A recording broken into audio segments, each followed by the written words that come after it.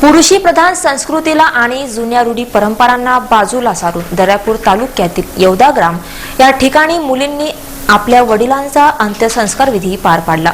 वडिलांच्या मृत्यूनंतर या मुलींनी सामाजिक प्रथेची कुठलीही तमा न बाळगता वडिलांच्या अंत्यविधी पार पाडून समाजापुढे एक आदर्श उभा केलाय। मागील काळात मुलगा हा वंशाचा दिवा समजून मुलाकरिता धडपड करणारी व्यक्ती मुलगी असली की तिची हत्या करायलाही मागे पुढे पाहत नव्हते आणि आपल्या नावाचा वारसा पुढे चालविण्याकरिता वाटेल ते करायला तयार होते। मुलींना कमी लेखून त्यांना डोईवरचे ओझे समजत। अशाच प्रकारे त्या काळातही दर्यापूर तालुक्यातील येवदा ग्राम येथील बापूराव रामचंद्र बोरेकर हे वारस होण्याकरिता मुलांची आशा करीत होते। मात्र त्यांच्या घरात 7 कन्यारत्न प्राप्त झाले। शेवटी त्यांना मुलींवरच समाधान मानावं लागलं। त्या 7ही मुलींचे संगोपन आणि शिक्षण त्यांनी मोठ्या धैर्याने पार पाडले। गरीब कुटुंबात जन्मलेले बापूराव वयाच्या 20व्या वर्षी येवदा येथील काशीबाई अग्रवाल विद्यालयात कारकून म्हणून नोकरीवर लागले। ही नोकरी त्यांना भाऊसाहेब देशमुख यांच्या आशीर्वादानेच मिळाली होती। त्या काळातील अत्यल्प पगारात त्यांनी आपल्या मुलींच्या संगोपनात कुठलीही कसर न ठेवता त्यांचे शिक्षण पूर्ण केले व त्यानंतर स्वतःच्या पायावर उभं केलं। पैकी त्यातील 3 मुलींना नोकरीवर लावून त्यांना आपापल्या संसारात सुखी केलं। तेव्हा आम्ही म्हणजे लहान असताना तेव्हाची म्हणजे जुनी परिस्थिती खूपच वेगळी होती। अगदी मुली म्हणजे वेगळ्याच गणल्या जायच्या। अगदी मुलींना असं काही स्वातंत्र्यच नव्हतं तेव्हा आमच्या लहानपणी। आम्हाला म्हणजे नेहमी असं वाटायचं की मुलाच्या बाबतीत जास्त असायचं। तेव्हा माझ्या आई वडिलांना जेव्हा मुली झालेल्या होत्या तेव्हा सगळ्यांनाच असं वाटायचं की अरे मुलीच मुली आहे, काही मुलगा नाही आहे। आणि माझे वडील एकटेच होते। माझ्या वडिलांना भाऊ सुद्धा नव्हता त्या काळात। माझे वडील एकटेच आणि मला एक आत्या होती, त्यामुळे मला चुलत भाऊ वगैरे नाही आहे। आम्ही म्हणजे बहिणी 7च। आमच्या पाठीशी आमच्या वडिलांशिवाय कुठलाही असा पाठिंबा नव्हता। त्या काळातही आमच्या वडिलांनी असं आमच्या आईला म्हटलेलं नाही आहे की मला मुलीच मुली का झाल्या, मुलगा पाहिजे म्हणजे पाहिजेच, असं त्यांचं नव्हतं।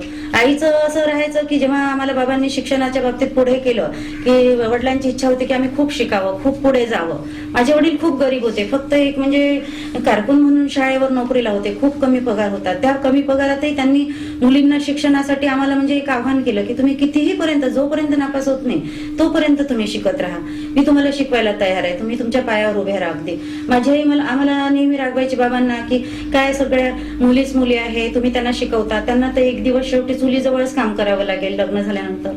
तर माझ्या बाबांनी ही गोष्ट मान्यच केली नाही की मुली चुलीजवळच काम करतील। माझ्या बाबांना असं वाटायचं की मुली शिक्षण होऊन त्याला संसारी आपल्या घरी चांगल्या राहतील, सुखी राहतील, कारण मी तर गरीब आहो, त्यांना हुंडा देऊ शकत नाहीये। आणि असं करून म्हणजे आता आम्हाला जे जावई मिळालेले आहे हे सगळे बिना हुंड्याचे आहेत। त्या काळातही माझ्या बाबांनी एकाही जावयाला हुंडा दिलेला नाही आहे। आणि आता आम्हाला मग अशा म्हणजे कुठल्याच अशा हाऊस वगैरे त्यांनी असं नाही की त्यांनी मनाई केलेली असेल। मुलींनी सुद्धा आपल्या वडिलांना मुलाची कुठलीही कमतरता भासू नये याकरिता त्यांना तेवढीच मायाही लावली आणि त्यांच्या उतार वयात त्यांचे पालन पोषण केले। वयाच्या 85व्या वर्षी हसत हसत बापूराव बोरेकर यांनी 29 नोव्हेंबर रोजी देह ठेवला। बापूरावजी हे अतिशय मायाळू स्वभावाचे होते। आज त्यांच्या मागे पत्नी व 7 मुली, नातवंड असा मोठा आप्त परिवार आहे। मृत्यूनंतर सामाजिक प्रथेची कुठलीही तमा न बाळगता मुलींनीच टिटव धरून आपल्या वडिलांना खांदा दिला। काही लोक आश्चर्यचकित होऊन पाहत होते, कारण अशी अंत्ययात्रा दर्यापूर तालुक्यात प्रथमच असावी। समाजाने आता तरी मुलींना मुलांपेक्षा कुठेही कमी न लेखता मुलींचा आदर करावा असा संदेश या मुली आपल्या कृतीतून देऊन गेल्या। पण त्यांच्या मनात अशी कुठेतरी खंत वाटत होती की मला मुलगा नाही आहे, मुली सगळ्या दूर दूर राहायला निघून जातील, तेव्हा माझं कसं होईल शेवटी। आणि खूपदा त्यांनी हे बोलून पण दाखवलेलं आहे की माझं कसं होणार। तर आम्ही त्यांना नेहमी सांगायचं की बाबा आम्ही आहोत ना 7 जणी, आम्ही करणार ना तुमचं अंतिम यात्रेच्या वेळेस जे मुलं करतात ते सगळं आम्ही करू।